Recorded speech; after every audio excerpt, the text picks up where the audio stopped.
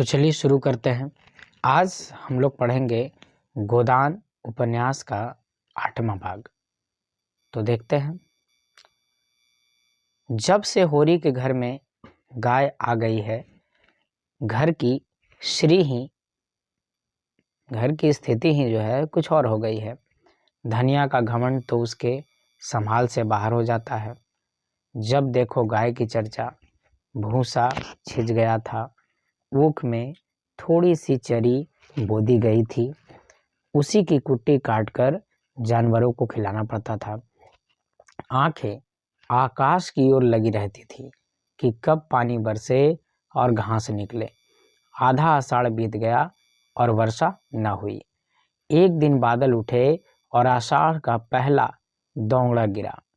किसान खरीफ बोने के लिए हल ले लेकर निकले कि राय साहब के कारकुन ने कहला भेजा, जब तक बाकी न बुक जाएगी किसी को खेत में हल न ले जाने दिया जाएगा।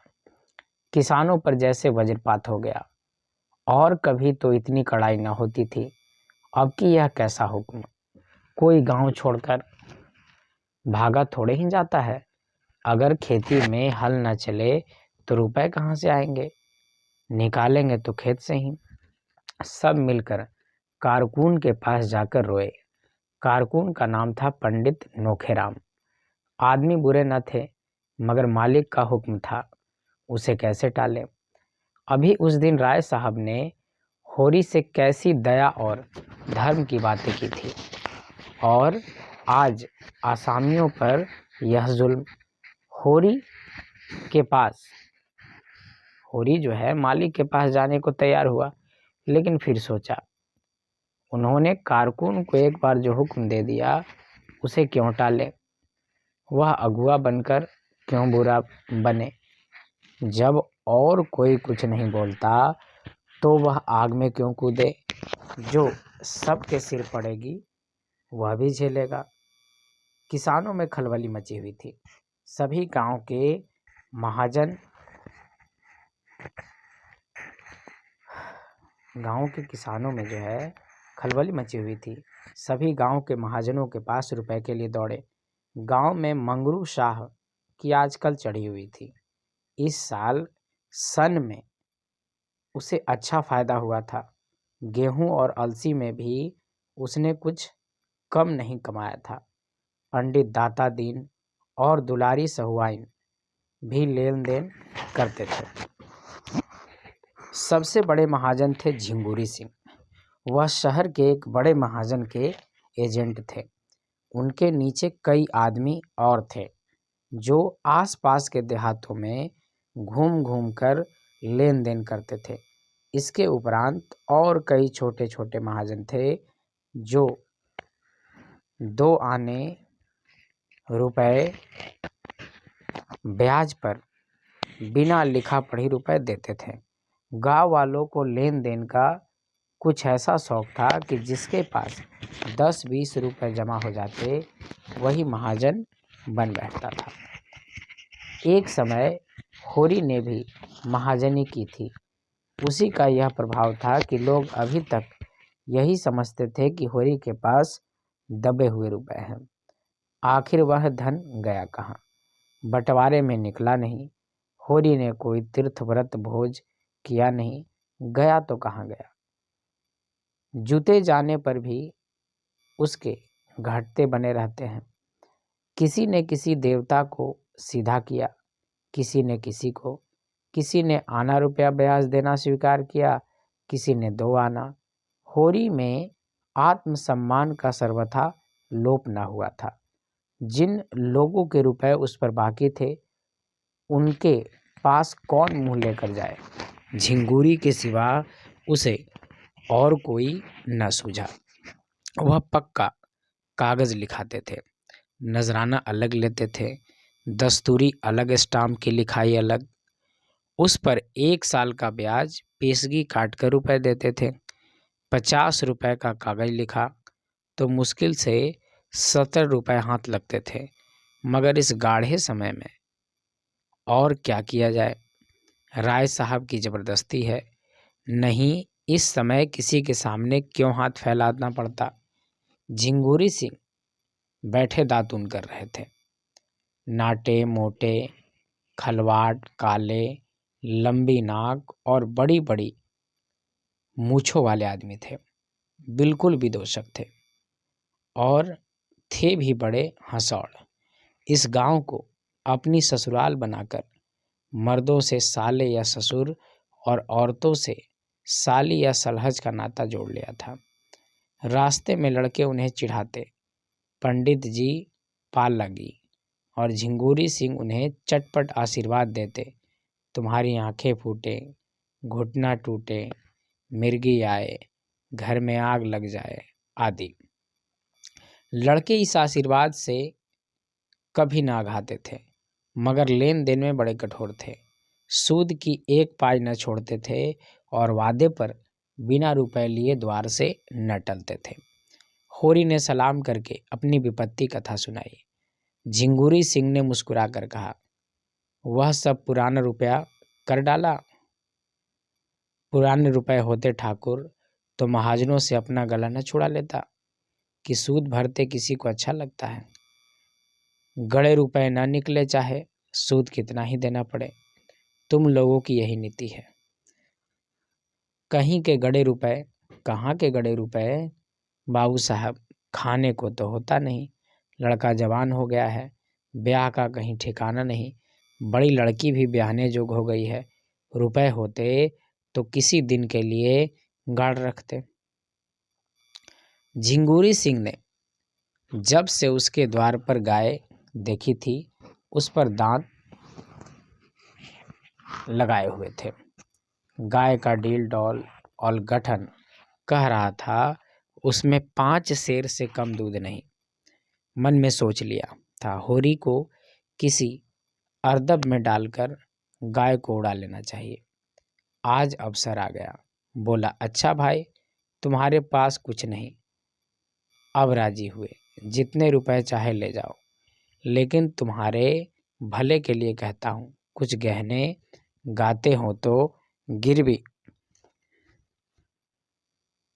रुपए गिरवी रखकर रुपए ले लो। स्टाम्प लिखोगे तो सूद बढ़ेगा और झमेले में पड़ जाओगे। होरी ने कसम खाई कि घर में गहने के नाम पर कच्चा सूता भी नहीं है। धनिया के हाथों में कड़े हैं, वह भी गिल्लट के। झिंगुरी सिंह ने सहानुभूति का रंग मुंह पर पोत कर कहा, तो एक बात करो ना, नई गाय जो लाए हो इसे हमारे हाथ बेच दो। सूद स्टाम्प सब झगड़ों से बच जाओ। 4 आदमी जो दाम कहे वह हमसे ले लो। हम जानते हैं तुम उसे अपने शौक के लिए लाए हो और बेचना नहीं चाहते, लेकिन यह संकट तो टालना ही पड़ेगा। होरी पहले तो इस प्रस्ताव पर हंसा, उस पर शांत मन से विचार भी न करना चाहता था, लेकिन ठाकुर ने ऊंच नीच सुझाया। महाजनी के हथकंडों का ऐसा भीषण रूप दिखाया कि उसके मन में भी यह बात बैठ गई। ठाकुर ठीक ही कहते हैं, जब हाथ में रुपए आ जाएंगे आए ले लेना। 30 रुपए का कागज लिखने पर कहीं 25 रुपए मिलेंगे और 3-4 साल तक न दिए तो 100 पूरे 100 हो जाएंगे। पहले का अनुभव यही बता रहा था कि कर्ज वह मेहमान है जो एक बार आकर जाने का नाम नहीं लेता। बोला, मैं घर जाकर सबसे सलाह कर लूं तो बताऊं। सलाह नहीं करना, उनसे कह देना कि रुपए उधार लेने में अपनी बर्बादी के सिवा और कुछ नहीं। मैं समझ रहा हूं ठाकुर, अभी आके जवाब देता हूं। लेकिन घर आकर उसने ज्यों ही यह प्रस्ताव किया कि कोहराम मच गया। धनिया तो कम चिल्लाई, दोनों लड़कियों ने तो दुनिया सिर पर उठा ली। नहीं देते अपनी गाय, रुपए जहां से चाहो लाओ। सोना ने तो यहाँ तक कह डाला, इससे तो कहीं अच्छा है मुझे बेच डालो, गाय से कुछ बेसी ही मिल जाएगी। होरी असमंजस में पड़ गया। दोनों लड़कियां सचमुच गाय पर जान देती थीं। रूपा तो उसके गले से लिपट जाती थी और बिना उसे खिलाए कौर मुंह में न डालती थी। गाय कितने प्यार से उसका हाथ चाटती थी, कितनी स्नेह भरी अस्त्रों से उसे देखती थी। उसका बछड़ा कितना सुंदर होगा। अभी से उसका नामकरण हो गया था, मटरू। वह उसे अपने साथ लेकर सोएगी। इस गाय के पीछे दोनों बहनों में कई बार लड़ाइयाँ हो चुकी थी। सोना कहती मुझे ज़्यादा चाहती है, रूपा कहती मुझे। इसका निर्णय अभी तक न हो सका था और दोनों दावे कायम थे। मगर होरी ने आगा पीछा सुझाकर आखिर धनिया को किसी तरह राजी कर लिया। एक मित्र से गाय उधार लेकर बेच देना भी बहुत ही वैसी बात है, लेकिन विपत में तो आदमी का धर्म तक चला जाता है। यह कौन सी बड़ी बात है। ऐसा ना हो तो लोग विपत से इतना डरे क्यों। गोबर ने भी विशेष आपत्ति न की। वह आजकल दूसरी ही धुन में मस्त था। यह तय किया गया कि जब दोनों लड़कियां रात को सो जाएं तो गाय झिंगुरी सिंह के पास पहुंचा दी जाए। दिन किसी तरह कट गया। सांझ हुई। दोनों लड़कियां 8 बजते बजते खा पीकर सो गई। गोबर इस करुण दृश्य से भागकर कहीं चला गया था। वह गाय को जाते कैसे देख सकेगा, अपने आंसुओं को कैसे रोक सकेगा। होरी भी ऊपर से ही कठोर बना हुआ था। उसका मन चंचल था। ऐसा कोई माई का लाल नहीं जो इस वक्त उसे 50 रुपए उधार दे दे, चाहे फिर 50 रुपए ही ले ले। वह गाय के सामने जाकर खड़ा हुआ तो उसे ऐसा जान पड़ा कि उसकी काली काली सजीव आंखों में आंसू भरे हुए हैं और वह कह रही है, क्या 4 दिन में ही तुम्हारा मन मुझसे भर गया। तुमने तो वचन दिया था कि जीते जी इसे न बेचूंगा। यही वचन था तुम्हारा। मैंने तो तुमसे कभी किसी बात का गिला नहीं किया। जो कुछ रूखा सूखा तुमने दिया वही खाकर संतुष्ट हो गई। बोलो। धनिया ने कहा, लड़कियां तो सो गई, अब इसे ले क्यों नहीं जाते। जब बेचना ही है तो अभी बेच दो। होरी ने कांपते हुए स्वर में कहा, मेरा तो हाथ नहीं उठता धनिया। उसका मुंह नहीं देखते। रहने दो, रुपए सूद पर ले लूंगा। भगवान ने चाहा तो सब अदा हो जाएंगे। 300-400 होते ही क्या है, एक बार उख लग जाए। धनिया ने गर्व भरे प्रेम से उसकी ओर देखा और कहा, इतनी तपस्या के बाद तो घर में गऊ आई है, उसे भी बेच दो। ले लो कल रुपए। जैसे और सब चुकाए जाएंगे वैसे इसे भी चुका देंगे। भीतर बड़ी उमस हो रही थी। हवा बंद थी। एक पत्ती न हिलती थी। बादल छाए हुए थे पर वर्षा के लक्षण न थे। होरी ने गाय को बाहर बांध दिया। धनिया ने टोका भी, कहीं लिए जाते हो। पर होरी ने नहीं सुनी। बोला, बाहर हवा में बांध देता हूँ, आराम से रहेगी। उसके भी तो जान है। गाय बांधकर वह अपने मंझले भाई शोभा को देखने गया। शोभा को इधर कई महीने से दमे का मर्ज हो गया है। दवा दारू की जुगत नहीं, खाने पीने का प्रबंध नहीं और काम करना पड़ता था जी तोड़कर। इसलिए उसकी दशा दिन दिन बिगड़ती जाती थी। शोभा सहनशील आदमी था, लड़ाई झगड़े से कोसों दूर भागने वाला, किसी से मतलब नहीं, अपने काम से काम। होरी उसे चाहता था और वह भी होरी का अदब करता था। दोनों में रुपए पैसे की बातें होने लगी। राय साहब का यह नया फरमान आलोचकों का केंद्र बन हुआ था। कोई 11 बजते बजते होरी लौटा और भीतर जा रहा था कि उसे भास हुआ जैसे गाय के पास कोई आदमी खड़ा है। पूछा, कौन खड़ा है वहाँ। हीरा बोला, मैं हूँ दादा, तुम्हारे कीड़े में आग लेने आया था। हीरा उसके कौड़े में आग लेने आया है। इस जरा सी बात में होरी को भाई की आत्मीयता का परिचय मिला। गांव में और भी तो कोड़े हैं, कहीं से भी आग मिल सकती थी। हीरा उसके कौड़े में आग ले रहा है। अपना ही समझकर तो सारा गांव इस कौड़े में आग लेने आता था। गांव में सबसे संपन्न यही कीड़ा था। मगर हीरा का आना दूसरी बात थी। और उस दिन की लड़ाई के बाद हीरा के मन में कपट नहीं रहता। गुस्सैल है लेकिन दिल का साफ। उसने स्नेह भरे स्वर में पूछा, तंबाकू है कि ला दूं? नहीं, तंबाकू तो है दादा। शोभा तो आज बहुत बेहाल है, कोई दवाई नहीं खाता। तो क्या किया जाए? उसके लेखे तो सारे वैद्य, डॉक्टर, हकीम, अनाड़ी हैं। भगवान के पास जितनी अकल थी वह उसके और उसकी घरवाली के हिस्से पड़ गई थी। होरी ने चिंता से कहा, यही तो बुराई है उसमें, अपने सामने किसी को गिनता ही नहीं। और चिढ़न तो बीमारी में सभी हो जाते हैं। तुम्हें याद है कि नहीं, जब तुम्हें इफीजा हो गया था तो दवाई उठाकर फेंक देते थे। मैं तुम्हारे दोनों हाथ पकड़ता था, तब तुम्हारी भाभी तुम्हें मुंह में दवाई डालती थी। उस पर तुम इससे उसे हजारों गालियां देते थे। हाँ दादा, भला वह बात भूल सकता हूँ। तुमने इतना न किया होता तो तुमसे लड़ने के लिए कैसे बचा रहता। होरी को ऐसा मालूम हुआ कि हीरा का स्वर भी भारी हो गया है, उसका गला भी भर आया है। बेटा, लड़ाई झगड़ा तो जिंदगी का धर्म है, इससे जो अपने हैं वह पराये थोड़े ही हो जाते हैं। जब घर में 4 आदमी रहते हैं तो तभी तो लड़ाई झगड़े भी होते हैं। जिसके कोई है ही नहीं उसका लड़ाई कौन करेगा। दोनों ने साथ में चिल्लम पी। तब हीरा अपने घर गया।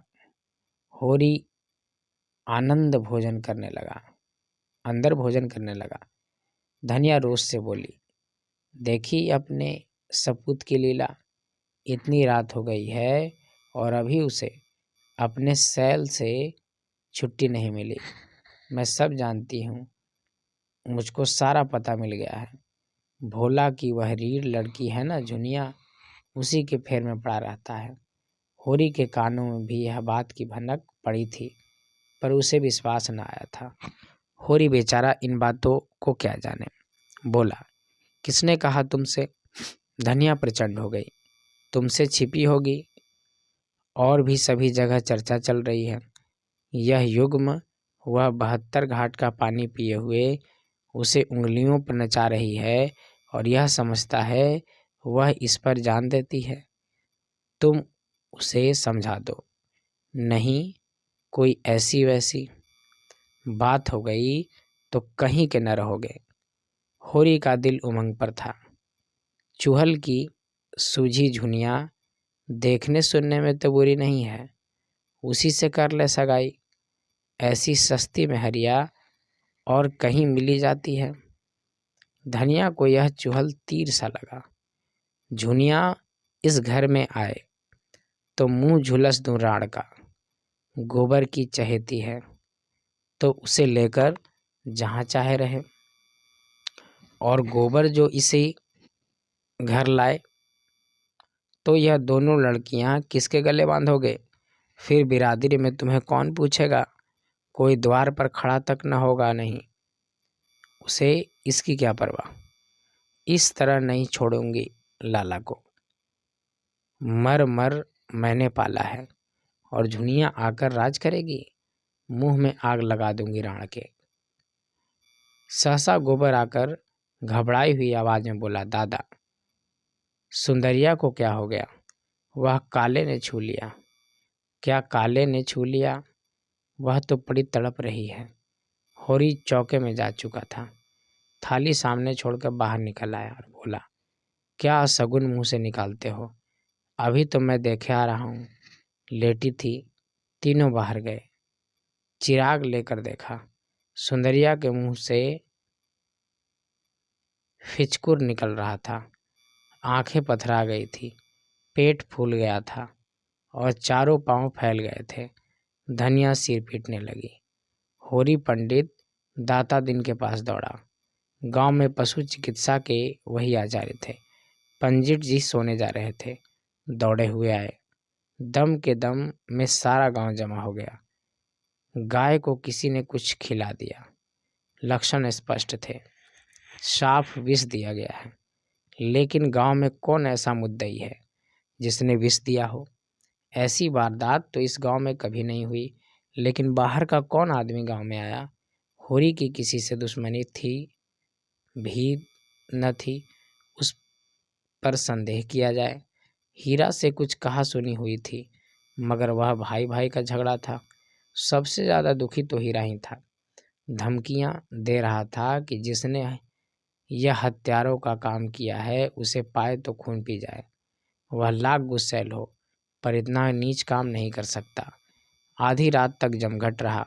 सभी होरी के दुख में दुखी थे और बधिक को गालियां दे रहे थे। वह इस समय पकड़ा जा सकता तो उसके प्राणों की कुशल न थी। जब यह हाल है तो कोई जानवरों को बाहर कैसे बांधेगा? अभी तक रात बिरात सभी जानवर बाहर पड़े रहते थे, किसी तरह की चिंता न थी। लेकिन अब तो एक नई विपत्ति आ खड़ी हुई। क्या गाय थी कि बस देखता रहे। पूजने जोग 5 सेर से दूध कम न था। सीसी का एक एक बाछा होता, 100 का एक एक बाछा होता अगर वो बच्चा देती तो। आते देर न हुई और यह वज्र गिर पड़ा। जब सब लोग अपने अपने घर चले गए तो धनिया होरी को कोसने लगी। तुम्हें कोई लाख समझाए करोगे अपने मन की। तुम गाय खोलकर आंगन से चले। तब तक मैं जूझती रही थी कि बाहर न ले जाओ। हमारे दिन पतले हैं, न जाने कब क्या हो जाए। लेकिन नहीं, उसे गर्मी लग रही है। अब तो खूब ठंडी हो गई और तुम्हारा कलेजा भी ठंडा हो गया। ठाकुर मांगते थे, दे दिया होता तो यह बोझ सिर से उतर जाता और निहोरा का निहोरा होता, मगर यह तमाचा कैसे पड़ता। कोई बुरी बात होने वाली होती है तो मती पहले ही मर जाती है, पहले ही हार जाती है। इतने दिन मज़े से घर में बनती रही, न गर्मी लगी न जूड़ी आई। इतनी जल्दी सबको पहचान गई थी कि मालूम ही न होता था कि बाहर से आई है। बच्चे उसके सींगों से खेलते थे, सिर तक न हिलाती थी। जो कुछ नाद में डाल दो चाट पोंछ कर साफ कर देती थी। लक्ष्मी थी, अभावों के घर क्या रहती। सोना और रूपा यह हलचल सुनकर जाग गई थी और बिलख बिलख कर रो रही थी। उसकी सेवा का भार अधिकतर उन्हीं दोनों पर था। उसकी संगनी हो गई थी। दोनों खाकर उठती तो एक एक टुकड़ा रोटी उसे अपने हाथों से खिलाती, कैसा जीभ निकाल कर खा लेती थी। और जब उसके हाथ का कौर न पा लेती, खड़ी ताकती रहती। भाग्य फूट गए। गोबर और दोनों लड़कियां रो धोकर सो गई थीं। होरी भी लेटा। धनिया उसके सिरहाने पानी का लोटा रखने आई तो होरी ने धीरे स्वर में कहा, तेरे पेट में बात पचती नहीं, कुछ सुन पाएगी तो गांव घर में ढिंढोरा पीटती फिरेगी। धनिया ने आपत्ति की, भला सुनूं, मैंने कौन सी बात पीट दी कि यो नाम बदनाम कर दिया। अच्छा, तेरा संदेह किसी पर होता है? मेरा संदेह तो किसी पर नहीं है। कोई बाहरी आदमी था। किसी से कहेगी तो नहीं? कहूँगी नहीं तो गांव वाले मुझे गहने कैसे गड़वा देंगे। अगर किसी से कहा तो मार ही डालूंगा। मुझे मारकर सुखी न रहोगे। दूसरी महरिया नहीं मिली जाती। जब तक मैं हूँ तुम्हारा घर संभाले हुए हूँ। जिस दिन मर जाऊंगी सिर पर हाथ धरकर रोओगे। अभी मुझसे सारी बुराइयां हैं, अभी मुझ में सारी बुराइयां हैं। तब अस्त्रों से आंसू बहाओगे। मेरा संदेह हीरा पर होता है। झूठ, बिल्कुल झूठ। हीरा इतना नीच नहीं। वह मुंह का ही खराब है। मैंने अपनी आंखों देखा, सच तेरे सिर की साह। तुमने अपनी आंखों से देखा कब? वही, मैं शोभा को देख कर आया तो वह सुंदरी की नाद के पास खड़ा था। मैंने पूछा कौन है? तो बोला मैं हीरा हूँ, कौड़े में से आग लेने आया हूँ। थोड़ी देर मुझसे बातें करता रहा, मुझे चिल्लम पिलाई, वह उधर गया। मैं भीतर आया और वहीं गोबर ने पुकार मचाई। मालूम होता है मैं गाय बांधकर शोभा के घर गया हूँ और इसने इधर आकर कुछ खिला दिया है। शायद फिर यह देखने आया था कि मरी या नहीं। धनिया ने लंबी सांस लेकर कहा, इस तरह के होते हैं भाई जिन्हें भाई का गला काटने में भी हिचक नहीं होती। उफ़ो, हीरा का मन इतना काला है और दाढ़ीजार को मैंने पाल पोस कर बड़ा किया। अच्छा जा सो रहा, मगर किसी से भूल कर भी जिक्र न करना। कौन सवेरा होते ही लाला को थाने न पहुंचाए तो अपने असल बाप की नहीं। यह हत्यारा भाई कहने जोग है। यही भाई का काम है कि वह बैरी है, पक्का बैरी, और बैरी को मारने में पाप नहीं, छोड़ने में पाप है। होरी ने धमकी दी, मैं कह देता हूँ धनिया, अनर्थ हो जाएगा। धनिया आवेश में बोली, अनर्थ नहीं, अनर्थ का बाप हो जाए। मैं बिना लाला को बड़े घर भिजवाए नहीं मानूंगी। 3 साल चक्की पिसवाऊंगी, 3 साल। वहीं से छूटेंगे तो हत्या लगेगी। तीरथ करना पड़ेगा, भोजन देना पड़ेगा।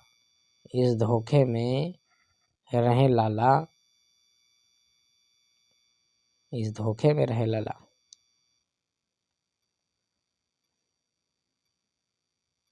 और गवाही दिलाऊंगी तुमसे, बेटे के सिर पर हाथ रखकर। उसने भीतर जाकर किवाड़ बंद कर लिए और होरी बाहर अपने को कोसता पड़ा रहा। जब स्वयं उसके पेट में बात न पची तो धनिया के पेट में क्या पचेगी। अब यह चुड़ैल मानने वाली नहीं, जिद पर आ जाती है तो किसी की सुनती ही नहीं। आज उसने अपने जीवन में सबसे बड़ी भूल की। चारों ओर नीरव अंधकार छाया हुआ था। दोनों बैलों के गले की घंटियां कभी कभी बज उठती थी। 10 कदम पर मृतक गाय पड़ी हुई थी और होरी घोर पश्चाताप में करवटें बदल रहा था। अंधकार में प्रकाश की रेखा कहीं नजर न आती थी। तो इस तरह कहानी के इस भाग में, उपन्यास के इस भाग में बड़ा ही मर्मांतक अंत हो गया होरी की गाय का। तो ये वीडियो आपको कैसा लगा? अगर अच्छा लगा तो लाइक, कमेंट, शेयर ज़रूर करें। अगर आप चैनल पर नए हैं तो ज़रूर इसे सब्सक्राइब कर लें। आगे भी यूजीसी नेट पेपर 1 और हिंदी से जुड़े हुए वीडियोज़ आपको मिलते रहेंगे।